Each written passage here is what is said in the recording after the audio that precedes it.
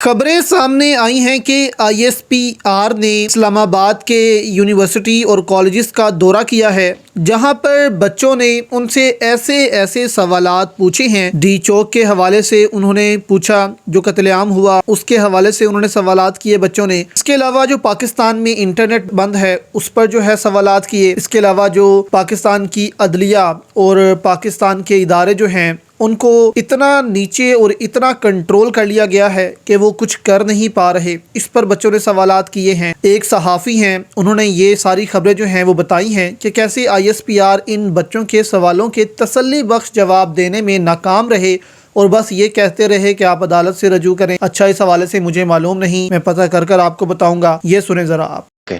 کسی ایک سوال کا بھی تسلی بخش جواب نہیں دے سکے وہ ان نوجوان طلباء کو جن کی وہ ماشاءاللہ سے ذہن سازی کرنے گئے تھے۔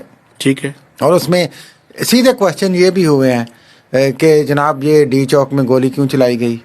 اس میں یہ بھی سوال ہوئے کہ کالی ویگو اور ڈالے، بلکہ ایک نے تو یہ کہہ دیا کہ اگر میں نے کوئی سخت سوال پوچھا تو یہ نہ ہو کہ کالی ویگو آ جائے اور مجھے بھی اٹھا کے لے جائے۔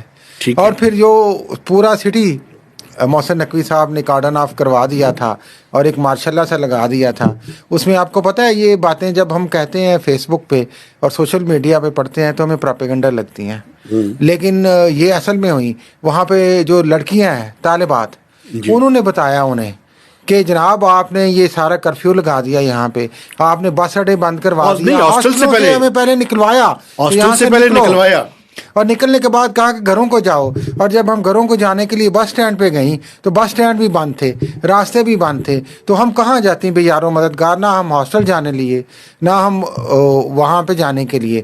تو اس پہ انہوں نے کہا کہ جناب یہ مجھے نہیں پتا تھا، میں پتہ کرواؤں گا۔ پھر ایک اور بات جو فریڈم آف ایکسپریشن کے حوالے سے بات ہوئی، انٹرنیٹ کے حوالے سے بات ہوئی اور چیزوں کے بارے میں معاملات ہوئی، انہوں نے کہا جی آپ عدالت جائیں اس معاملے میں، آپ عدالت جائیں اس معاملے میں۔ تو عدالتیں کون سے انصاف دیتی ہیں اس بات پہ بھی؟ جب وہ یہ کہتے تھے نا، وہ ایک دوست نے مجھے یہ بتایا، جب وہ یہ کہتے تھے لوگوں نے ہنسنا شروع کر تو دیا، کہہ کے لگتے تھے۔ تو یہ تو حال ہے افسردگی اور شرمندگی کا بیسیکلی، بدقسمتی سے۔ تو اسی لیے یہ داستان میرا خیال ہے کہ وہ تو پتہ نہیں سمجھنا چاہتے ہیں کہ نہیں سمجھنا چاہتے، لیکن ان کو یہ سمجھنا چاہیے۔ مجھے یہ بتائیں ان کو یہ مشورہ کس نے دیا تھا کہ وہ اس موقع پہ یونیورسٹی کے طلباء سے خطاب کرنے کے لیے جائیں؟ ایک جنرل ہیں، آپ انہیں کہہ رہے ہیں مشورہ کس نے دیا تھا؟ وہ مشوروں کے پابند ہیں کیا؟ اچھا۔